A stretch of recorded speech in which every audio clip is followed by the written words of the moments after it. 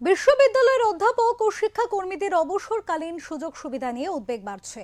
Pension, gratuity ও leave encashment সংক্রান্ত নতুন নিয়ম ঘিরে এবার সরব শিক্ষামহল। অবসরকালীন আর্থিক সুযোগ সুবিধা নিয়ে উদ্বিগ্ন বিশ্ববিদ্যালয়ের অধ্যাপক ও শিক্ষাকর্মীরা। কলকাতা প্রেস ক্লাবে সম্প্রতি আয়োজিত এক প্রেস মিটে বিষয়গুলি নিয়ে প্রকাশ্যে ক্ষোভ উগরে দেন শিক্ষক ও শিক্ষাকর্মীরা।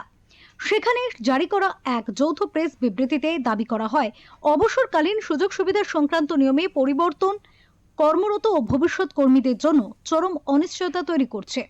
এতদিন বিশ্ববিদ্যালয়ের নিজস্ব আইন অনুযায়ী পেনশন ও অন্যান্য সুবিধা নির্ধারিত হলেও কেন্দ্রীয়ভাবে নতুন নিয়ম চাপিয়ে দেওয়ার ফলে কর্মীদের অধিকার ক্ষুণ্ণ হওয়ার আশঙ্কা রয়েছে।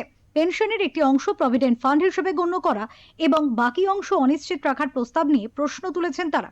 এই মুহূর্তে দাঁড়িয়ে আমাদের যে পেনশন এবং অবসরকালীন সুযোগ সুবিধা, গ্র্যাচুইটি, লিভ এনক্যাশমেন্ট, কমিউটেশন, রাজ্য সরকারের উচ্চশিক্ষা দপ্তর এবং ফিনান্স দপ্তর তারা আটকে দিচ্ছে। 25% দেবে না বলছে, কবে দেবে তার কোনো স্থিরতা নেই। এবং তারা বলছেন মাননীয় মুখ্যমন্ত্রী নাকি এটা বলে দিয়েছেন এইভাবে করতে, অর্থাৎ এই পেনশন গ্র্যাচুইটির টাকা কেটে দিতে।